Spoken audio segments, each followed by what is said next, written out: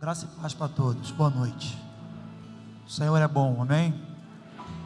Eu estava meditando hoje à tarde com um tema na mente, e o tema é entendendo os planos de Deus.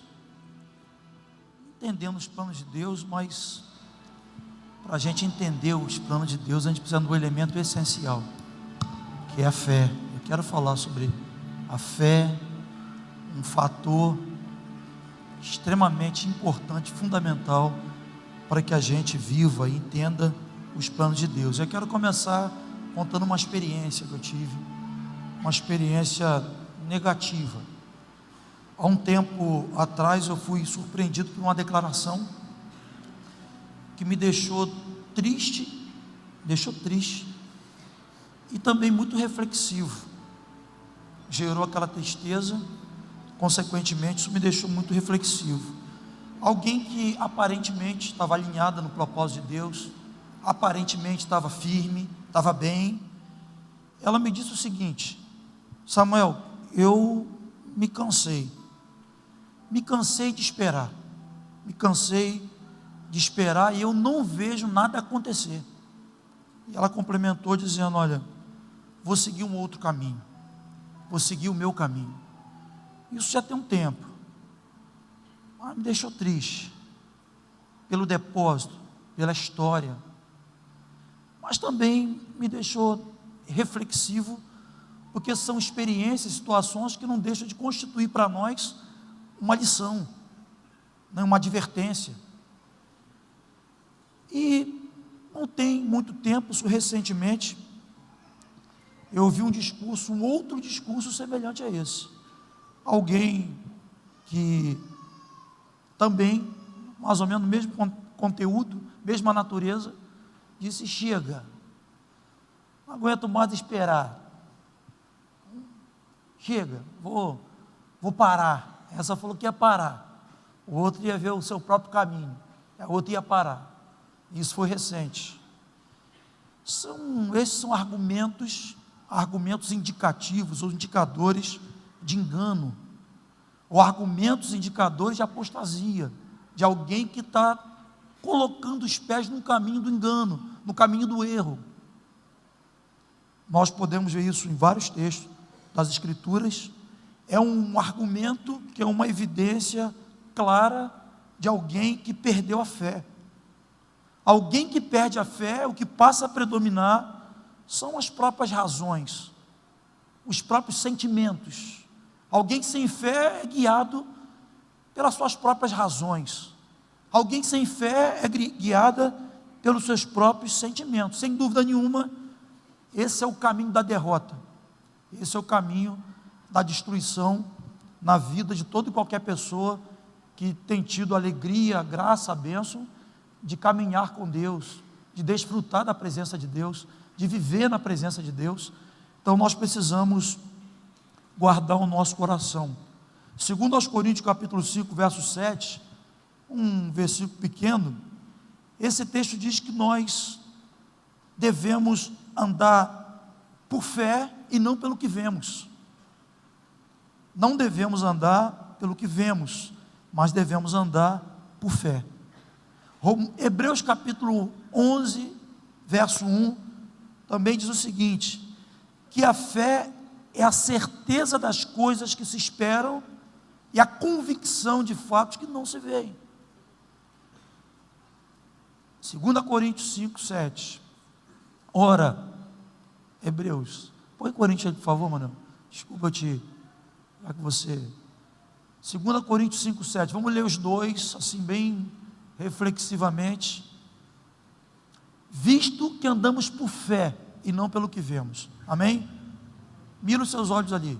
Vou contar de 1 a 3. Tradução única. 1, 2, 3. Andamos por fé. Não devemos ser guiados pelas circunstâncias, por aquilo que nossos olhos veem. Nossa vida tem que ser orientada por fé. Aquilo que nós não vemos, mas nós cremos. Então, há uma exortação apostólica para que a gente não ande segundo aquilo que nós vemos, mas que a gente ande por fé. Hebreus capítulo 11, verso 1, estava projetado ali, diz que a fé é certeza das coisas que se esperam, e ela é convicção de fatos que se não veem. Presta atenção, o que é fé? Fé é certeza daquelas coisas que se esperam, e ela é convicção daqueles fatos que não se vê.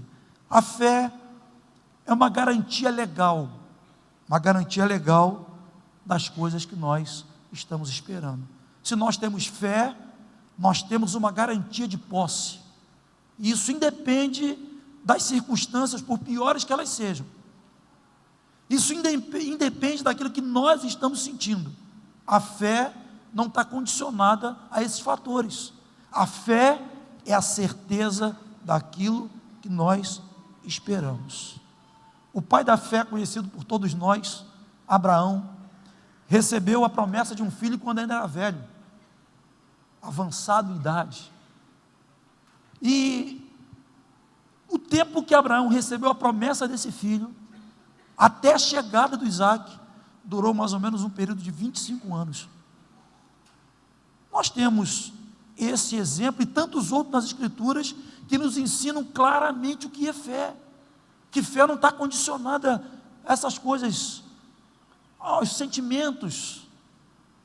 Alguém recebe uma promessa de Deus, já numa idade avançada, ele e a sua esposa, e do momento que ele recebe essa promessa, até o cumprimento da promessa, levou em média 25 anos. Fé verdadeira, fé genuína, não está subordinada às muitas variações das nossas emoções. A fé não está subordinada às variações das circunstâncias. Nada disso tem a ver com fé. Fé é a certeza das coisas que se esperam. Fé é a convicção daquele fato que eu não vejo. Alguém definiu muito bem esse texto de Hebreus 11, 1, dizendo que a fé é a concretude do abstrato. De fato, a fé é a concretude do abstrato. Às vezes, as pessoas confundem fé com pensamento positivo, mentalização, autossugestão, né? Tenha fé, estou tendo fé, pensando positivo, que fé. Alguém falou, fulano está muito mal no hospital, gente, vamos fechar a corrente de pensamento positivo aí. Bem, mas fé não é isso. Fé é mais do que isso. Não é mentalização, fica mentalizando. Fé não é aquela autossugestão, vai ser, não é isso. A fé é um dom de Deus, amém? A fé genuína, a fé verdadeira, que faz com que a gente espera quando a gente não está vendo nada, mas você tem aquela certeza, aquela convicção de que vai acontecer, aquela fé que você olha e fala, meu Deus, tem misericórdia, mas Deus vai mudar. A fé que faz com que a gente tenha essa atitude, essa declaração, não vem de fonte externa. Essa fé, ela é um dom de Deus e é gerada em nós pelo Espírito Santo. Hebreus 12, 2, é um texto conhecido, diz assim, olhando firmemente para o autor e consumador da nossa fé, Jesus Cristo. Efésios capítulo 2, verso 8, diz que pela fé nós fomos salvos, e pela graça, nós somos salvos, e o texto diz que é mediante a fé, e não vem de nós, é dom de Deus. Olha aqui, porque pela graça sois salvos, mediante a fé. Isso não vem de nós, não vem de terapeuta, não vem de nós. A fé não vem de nenhum coach aí dos auditórios. A fé é um dom de Deus, gerado em nós pelo Espírito Santo. O dia que nós abrimos o nosso coração para o Espírito Santo fazer morada em nossa vida, Ele trouxe muitos benefícios. E um dos grandes benefícios que o Espírito Santo trouxe em nós, gerou em nós, foi essa fé descrita em Hebreus 11, 1. Fé, a certeza das coisas que se esperam e a convicção de fatos que nós não vemos. Há muitas traduções, interpretações da fé nas Escrituras. Fé tem sinônimo de refugiar-se em Deus. Alguém que tem fé está refugiado em Deus, está guardado em Deus, está escondido em Deus. Então, o refugiar-se em Deus é uma evidência da verdadeira fé. Fé é confiar em alguém que é completamente digno de confiança. Não tem nenhuma variação de dúvida. Eu tenho fé quando eu confio em alguém que é completamente digno de confiança. Salmo 56, verso 3, diz: em me vindo temor, eu hei de confiar em ti. Ele não está dizendo, ele não está descartando uma realidade. Nós temos uma estrutura emocional, nós temos sentimento, e há situações em nossa vida que nós temos medo. Quem aqui nunca se deparou com situações que teve que repreender com as perninhas bambas assim? Quem nunca viveu uma situação dessa? E Deus foi contigo. Então o salmista está dizendo: em me vindo o temor, eu hei de confiar em ti. Fé é confiar em alguém que é completamente digno dessa confiança, e o único que existe no universo é o nosso Deus, é o Senhor. Fé pode ser traduzido também em nós entregarmos o nosso fardo, a nossa carga para outra pessoa. E essa atitude de entrega é uma entrega ao próprio Deus. E é essa fé genuína que nos sustenta em tempos difíceis, em tempos de luta, em tempos de tribulações. É essa fé genuína que refrigera a nossa alma, que nos dá sustentabilidade, que faz com que a gente caminhe de cabeça erguida, com firmeza em nossos passos. A fé, que é um dom de Deus, que é gerada pelo Espírito Santo. E porque a fé é uma virtude essencial, porque a fé é extremamente importante para o nosso caminhar com Deus, para a nossa vida com Deus, Deus prova a nossa fé. Por que Deus prova a nossa fé? Porque há fé, tipos de fé que não são verdadeiras. Tem muitas pseudofés por aí.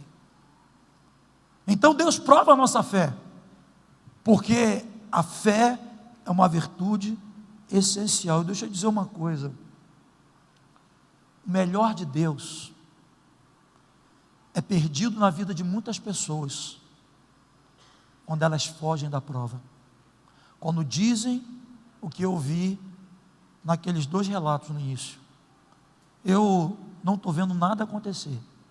Nós não fomos chamados para ver, nós fomos chamados para crer. Jesus disse para Tomé: Tomé, bem-aventurado aquele que não viu, mas aquele que creu.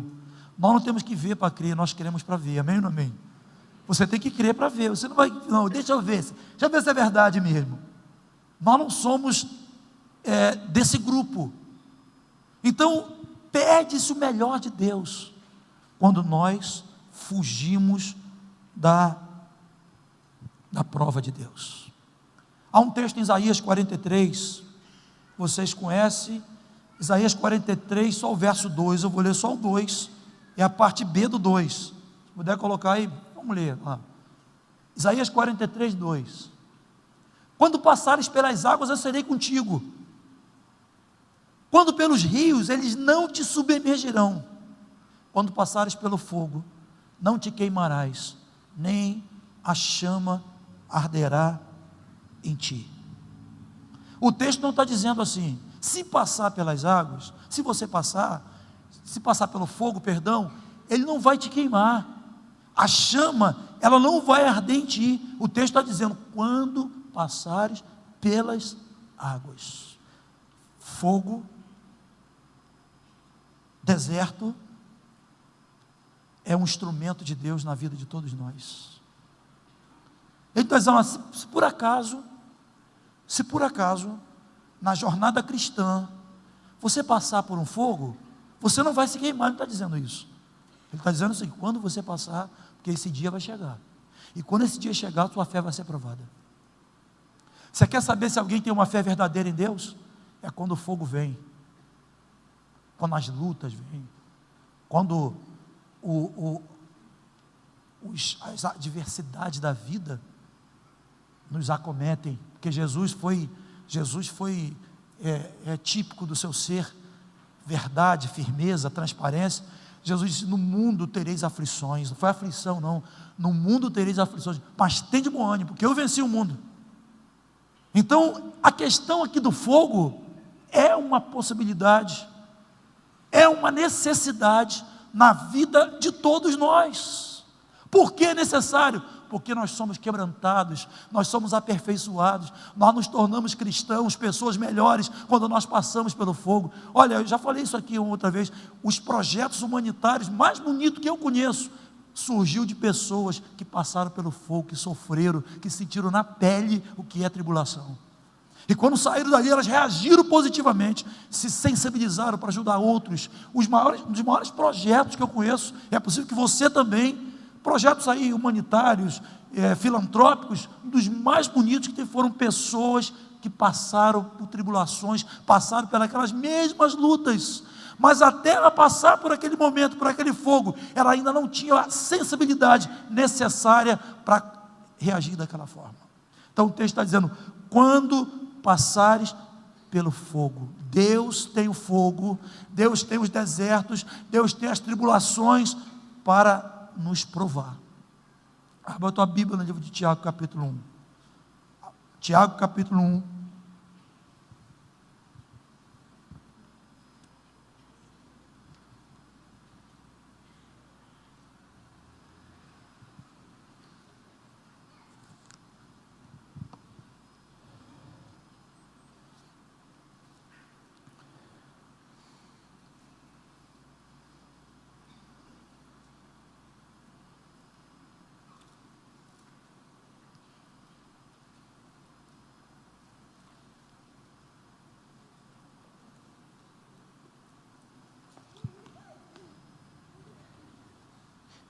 Biblinha novinha.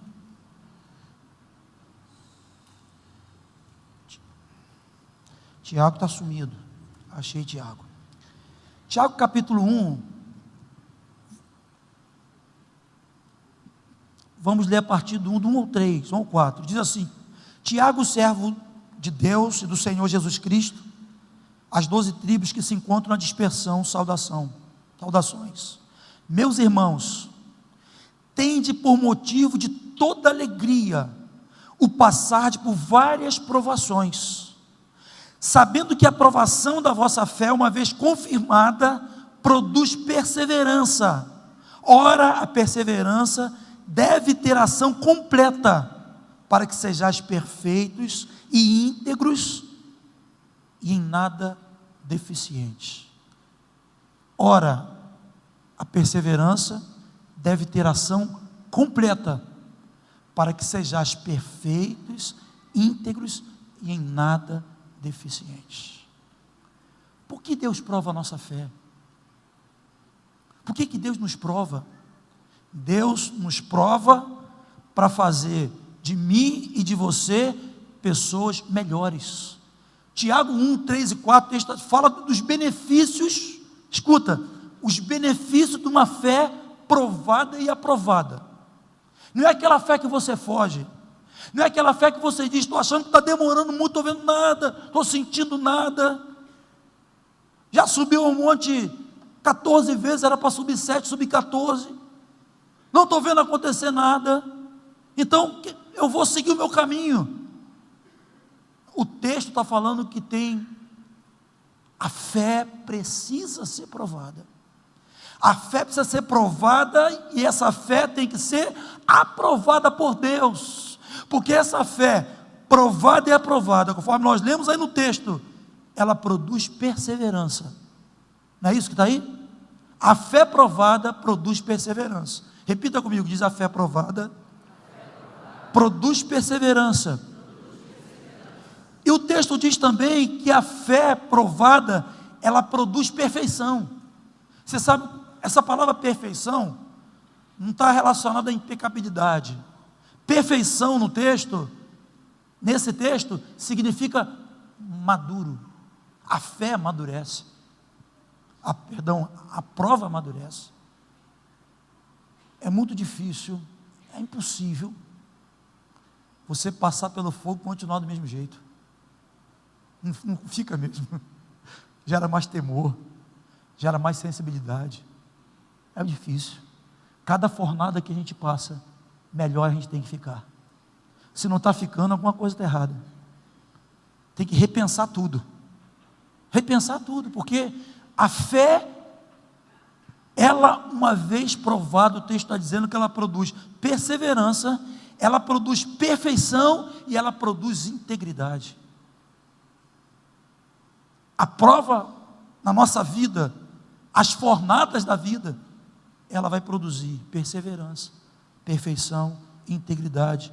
Por isso que Deus nos prova. Agora deixa eu falar uma coisa. Provas, Deus aplica nos fiéis. Deus aplica a prova nos fiéis, aplica nos seus filhos, porque a fidelidade vai fazer com que a gente permaneça vendo Deus no fogo, como Sadraque, Mesaque e Abednego. Lembra da história? Eles foram lançados na fornalha por quê? Porque eles eram cristãos assim, desleixados, negligentes. Eles foram lançados na fornalha porque eles eram fiéis. Porque eles falaram: olha, foi baixado o decreto lá do rei, de que todos no reino deviam se curvar e adorar uma estátua. E lá estavam 3 jovens cheios do Espírito Santo. Eles falaram: não vamos nos curvar diante dessa estátua, nós vamos curvar diante de Deus vivo. E por causa dessa fidelidade, eles foram lançados no fogo, na fornalha. O texto diz que a fornalha, já por si só, ela já era muito quente, porque era um meio que eles utilizavam na época para poder derreter metais, né? Então, por si só, já era muito quente. Então ela foi aquecida 7 vezes mais, a ponto das pessoas que jogaram os jovens na fornalha morrerem queimados. Lembra dessa história? E eles foram jogados na fornalha. Foram jogados na fornalha porque eles eram fiéis. Amém? Por que foram jogados porque eram fiéis? Porque Deus queria aperfeiçoá-los mais. Porque às vezes a gente vê os irmãos reclamando: mas meu Deus, logo comigo, sou tão fiel a Ti, Senhor. Estou passando essa prova na minha finança, entrego minha primícia lá certinho, ó, como é que eu estou. O melhor de Deus está por vir. Nós não podemos negociar nossa fidelidade, se deixando levar por aquilo que estamos sentindo, por uma leve e momentânea tribulação. Então aqueles jovens foram para o fogo por causa da fidelidade, mas a fidelidade deles os sustentou no fogo, porque o fogo que lambeu aqueles que jogaram eles para dentro. O texto diz que eles estavam passeando na fornalha, e tinha um companheiro lá com eles, tinha a 4ª pessoa com eles. O texto diz, ele descreve no texto, que a 4ª pessoa que estava na fornalha tinha a aparência do Filho dos deuses, e ele passeava na fornalha. Quando nós somos provados por Deus, entendemos que é Deus que está nos provando mesmo quando somos fiéis, nós temos certeza que essa fidelidade vai nos sustentar no fogo e vai fazer de nós pessoas melhores, pessoas maduras, pessoas perfeitas, pessoas responsivas à voz de Deus nessa geração. Então Deus prova os fiéis, Deus prova a nossa fé. Agora deixa eu abrir um parênteses aqui. Também tem muita gente sofrendo, também tem muita gente atribulada, que não tem nada a ver com prova de Deus. Por isso a reação é totalmente diferente, totalmente, expressão de lamúria, reclamando, e tem nada a ver. Tem gente sofrendo, tem gente atribulada, tem gente que anda 7 passos e volta 14, e essa pessoa não está passando por essa tribulação, por esse fogo na vida, por causa da consequência do seu pecado. Então, tem gente sendo aperfeiçoada por Deus, sendo provada por Deus, e ela é fiel, e ela vai sair melhor desse momento. Agora, tem pessoas sofrendo por causa das consequências do seu pecado. A Bíblia diz que, Gálatas 6,7, que a gente não deve se enganar. Ninguém zomba de Deus. Que o homem plantar, isso ele colherá. Uma pessoa estava pedindo oração num quadro muito complicado da família. Pedindo oração, pediu para dar uma avaliada no processo da pessoa, a presa. E eu fiquei pensando, eu conheci esse menino, dei aula para ele. Ele estava pela segunda vez preso, pelo mesmo motivo. E eu já preguei para esse menino, muitas vezes.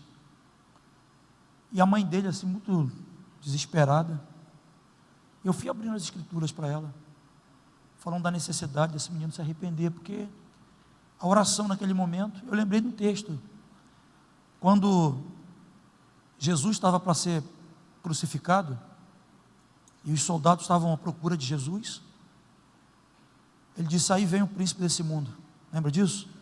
Mas ele nada tem de mim. Se fosse o contrário, aí vem o príncipe desse mundo, mas há legalidade em mim, e aí? Eu encontrei um menino uma vez, um menino desviado, todo arrebentado, e ele falou: Samuel, uma pessoa assim bem envolvida com as trevas, né? E ele entrou num confronto com essa pessoa, desafiou essa pessoa. Eu desafiei, falei: querido, você não tem vida para isso, você está desguarnecido, está descoberto. Se essa pessoa vir contra ti, ela vai prevalecer. Ele tem misericórdia, ora por mim, sob guardar de retaliação. Então aí vem o príncipe desse mundo. Eu digo, apesar de mim, ele nada tem de mim. Você pode dizer a mesma coisa? Nós não sofremos só, não passamos pela luta, pelo sofrimento, só às vezes pela questão da prova. A prova é positiva. Sofrimento de prova é positivo, é bom. Deus nos aperfeiçoou, como nós lemos no texto de Tiago. Agora há muito sofrimento que é consequência. Tem casamentos que é um infortúnio constante. E muita dessa história, da justificativa desse conflito conjugal, está fundamentado no pecado. Tem muitos negócios que não vão para frente. E muitas das vezes essa instabilidade nos negócios é pecado. Tem filhos com disfunções relacionais e outras mais sérias. E muitas das vezes tem relação com o pecado dos pais. Mas tem que se arrepender também. Você que está aqui hoje me ouvindo, de repente está discernindo aí. É tempo de se arrepender. A graça de Deus está à disposição de todos nós. É um amor que nós não merecemos. Você não entrou aqui hoje simplesmente porque você tem uma simpatia por nós, ou porque alguém te convidou, simplesmente. Você veio aqui porque Jesus te ama. Ele te trouxe essa noite, esse lugar para um concerto. Ele te trouxe aqui para você se arrepender dos seus pecados. Ele trouxe você aqui hoje, meu irmão, para que você tenha a tua fé qualificada, fortalecida, fundamentada no Senhor. Essa fé genuína, que vai te sustentar nos tempos de luta, nos tempos de prova. Por isso estamos aqui, porque o Senhor, Ele nos ama. Nós, mais do que nunca, nós vivemos dias onde nós precisamos quantificar a nossa fé.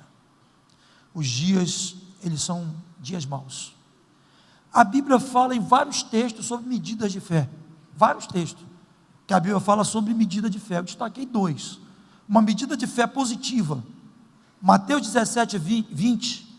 Os discípulos não conseguiram expulsar o demônio do jovem possesso. Não conseguiram. Foram expulsar o demônio do jovem possesso, não conseguiram expulsar. E eles retornaram a Jesus e perguntaram: Senhor, por que nós não conseguimos expulsar aquele demônio? Jesus respondeu que era por causa da pequenez da fé deles. Olha lá o termo. E ele lhes respondeu: por causa da pequenez da vossa fé. Você não está tendo resultado na tua oração. A ordem que você está dando aos demônios não está funcionando porque a sua fé é pequena. A Bíblia cita outros exemplos também de fé, que é um exemplo de fé, outro exemplo de fé positivo também.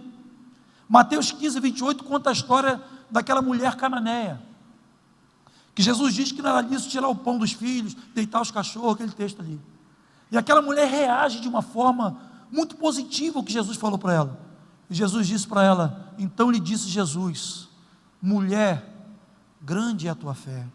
Jesus disse para ela, não é lícito eu tirar o pão dos filhos e deitar os cachorrinhos. E ela disse, sim, Jesus, mas os cachorrinhos comem as migalhas, cai da mesa do seu Senhor. Jesus deu essa resposta aí, então lhe disse, ó mulher, grande é a tua fé, faça-se contigo como queres. Faça-se contigo como queres. Eu vi um irmão pregando, dizendo que Deus, Ele não responde a nossas orações baseado em nossa necessidade. Sabia disso? Não responde baseado em nossa necessidade. Deus responde baseado em nossa fé. É a nossa fé que move o braço de Deus. Não é aquela fé do pensamento positivo, da carinha feia, cheio de fé. É aquela fé que é dom do Espírito Santo. É aquela fé que é gerada no Espírito Santo. É aquela fé que precisa ser qualificada, quantificada pela palavra, quantificada pela atitude. Eu lembro que quando eu me converti, novinho, assim, a gente que viveu um tempo assim, num mundo muito oprimido pelo diabo, assim, servo de Satanás mesmo, fazendo as suas obras. E aí eu me converti, eu queria me vingar, né, meu? Queria me vingar. E a gente novo convertido fazia um negócio muito louco. Se eu falar que a gente fazia na época, vão prender a gente por intolerância religiosa. Mas a gente fazia um negócio louco que ficava aquela garra assim, caçador de demônio. Aí eu falava assim, puxa, tinha que ver um ambiente, alguém que de repente possa manifestar um demônio para a gente repreender. Na reunião eu ficava de olho, quando alguém começava a entortar um pouquinho assim, a gente já sai, capeta. Alguma casa, tem uma casa aí e tal, pode ser assim e tal, de repente, tem um ninho lá, a gente ia também. E foi assim, uma experiência muito legal. Pô, vivemos um tempo bom na Gamboura, tinha um camarada lá que era demais, né? Toda semana ele estava endemoniado. E aí, o que isso era interessante? Porque eu li a palavra, em meu nome expulsarão demônios, falarão novas línguas, esses sinais seguirão que creio nisso, nessa palavra. Creio nessa palavra, ficava vendo a oportunidade. Então vi alguém assim, tortar um pouquinho, partia para cima. E o que você acha que isso gerava em mim? O que você acha que isso gera em nós? Fé. Então você vai encarando um demônio, daqui a pouco você encara a legião, você começa a orar para uma dor de cabeça, daqui a pouco você começa a orar para um câncer em estado terminal, você ora por 5, daqui a pouco você está orando por 50. Fé, a fé que vai sendo quantificada. Então a fé, essa virtude essencial, o dom que Deus nos deu, precisa se desenvolver, irmãos. Nós não podemos ficar num contexto assim, na condição, digamos assim, tão favorável que Deus nos deu, e nós não exercitarmos a nossa fé. Precisamos exercitar a fé, ler a palavra. Ela está dizendo isso aqui, eu vou orar. O irmão ligou para mim e falou, Samuel, a situação está difícil aqui em casa, meu filho está assim, está assado. Pô, tem alguém para vir aqui orar? Eu falei, querido, ora você mesmo. Você tem óleo aí? Ah, não tem não. Pega lá o azeite, separa um olhinho, unge ele, põe nas mãos, na cabeça do seu filho e repreende esse mal. E aí, ora por ele. Pronto, deu o resultado. O que tu acha que vai gerar na fé? A crescer. A crescer. Então eu quero terminar esse tempo desafiando você, no nome de Jesus. A Bíblia diz que a vitória que vence o mundo é a nossa fé. A hora que quando nós começamos a perder a fé, nós começamos a naufragar, começamos a entrar num caminho da derrota, da morte espiritual. A fé é uma virtude essencial.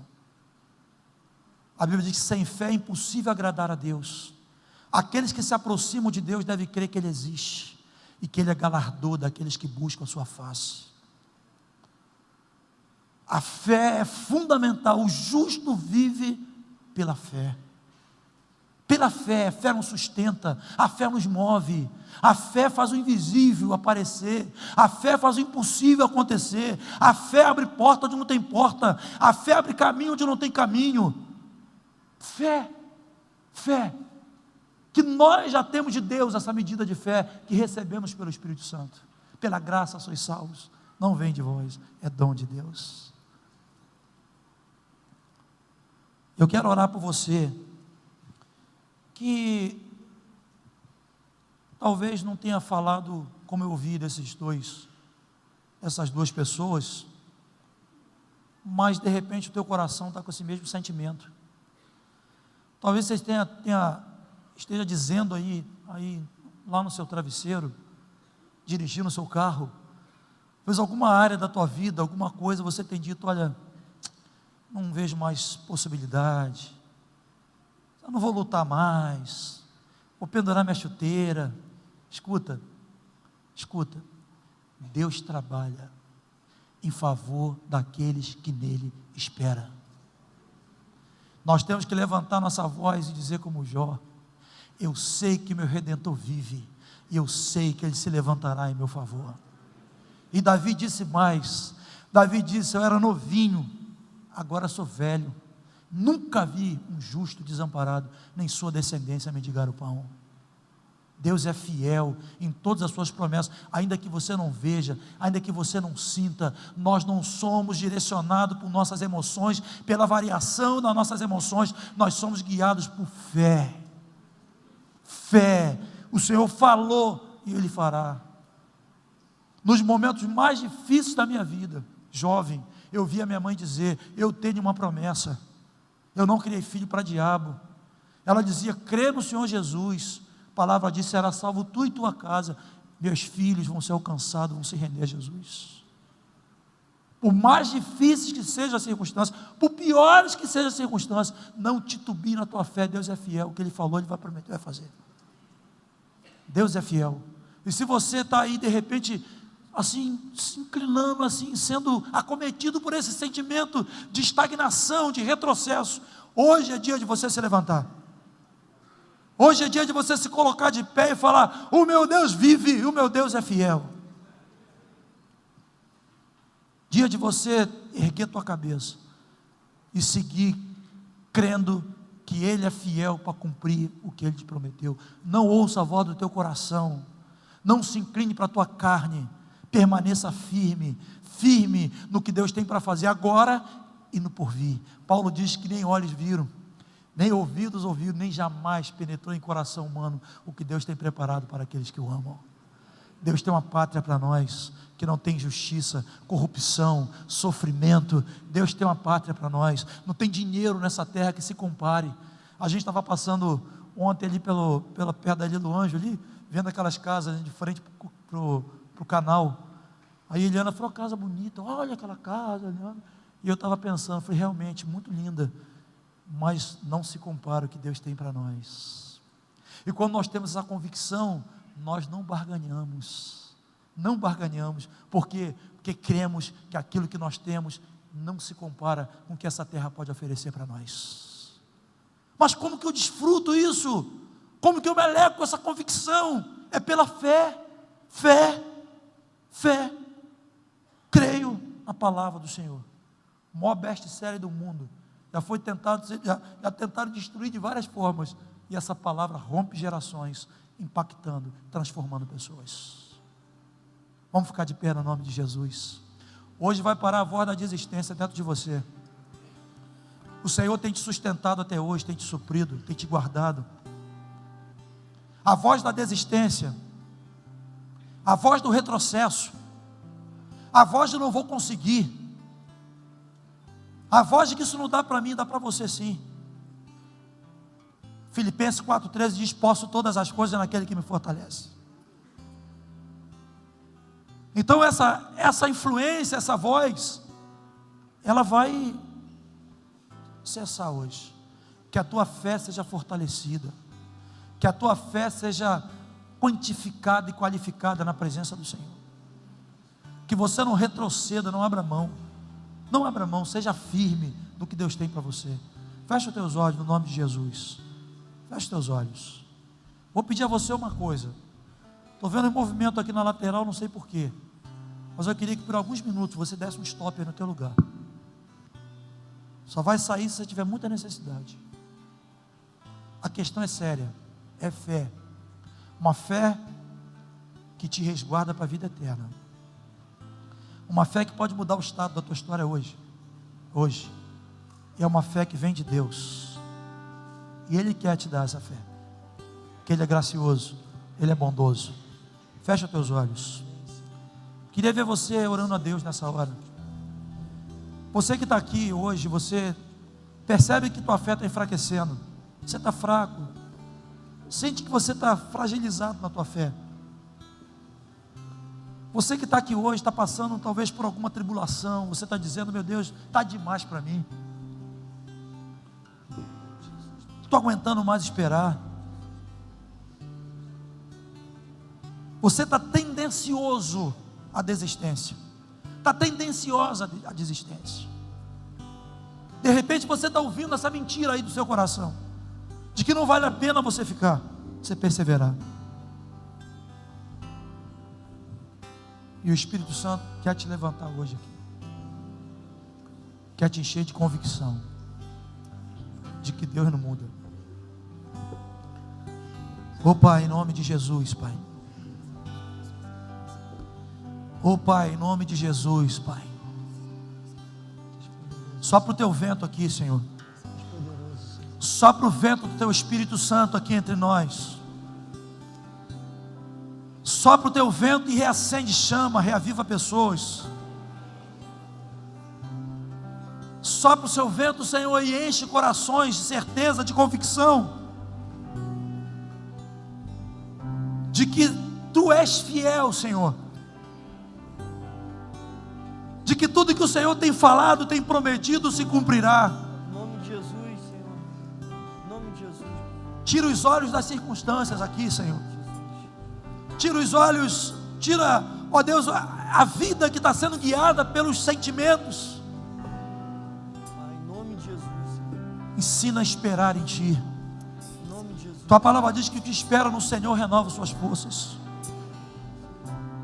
Corre e não se cansam, caminham e não se fadigam. Sobe com asas como águia, Senhor. Em nome de Jesus, Espírito Santo, trabalha um povo, principalmente nesses dias, um povo que Te conhece de verdade. Trabalha, ensina cada um de nós a andarmos por fé, Senhor, jamais olhando o que está à nossa volta. Se há alguém aqui nessa noite, Senhor, que tem aceitado a desistência no seu coração, se há alguém aqui entre nós que tem de alguma forma pensado em retroceder, desistir, Tua palavra diz que o Senhor não tem prazer na alma que retrocede. A alma que volta, que retrocede, o Senhor não tem prazer, porque o Teu chamado para nós é que andemos, como diz Tua palavra, como a luz da aurora que brilha, brilha, até ser dia perfeito. Em nome de Jesus, se há alguém aqui assim, Pai, que está desistindo da Tua visão para a sua vida, desistindo do chamado, desistindo do compromisso, desistindo da aliança, da comunhão, qualquer modalidade de desistência, Senhor, que a fé reverta isso. Que o Senhor ministre aos corações a certeza de dias melhores. Em nome de Jesus. Em nome de Jesus, Pai. Que cada um saia daqui nessa noite com seus olhos brilhando, com o coração cheio de convicção de que o Senhor é o mesmo ontem, hoje e será eternamente. De que o Senhor é aquele que prometeu, o qual também fará. Em nome de Jesus, Pai. Em nome de Jesus. Deixa eu orar por você. Feche os teus olhos. Que os irmãos que sigam intercedendo. Quantos precisam quantificar a tua fé? Precisam renovar, fortalecer a sua fé. Sai do teu lugar e vem até aqui. Você que está aqui entre nós hoje, você precisa receber a fonte da fé que é Jesus Cristo. Você ainda não fez uma confissão pública de fé por Ele, declarando que você deseja o teu senhorio, o seu governo, de que você recebe a sua salvação. Sai do teu lugar também, vem até aqui. Deixa o Senhor renovar a tua fé hoje. Deixa o Senhor fortalecer a tua fé hoje. É tempo de recomeçar. É tempo de reacender para o Senhor. Não tenha vergonha não, sai do seu lugar e vem até aqui.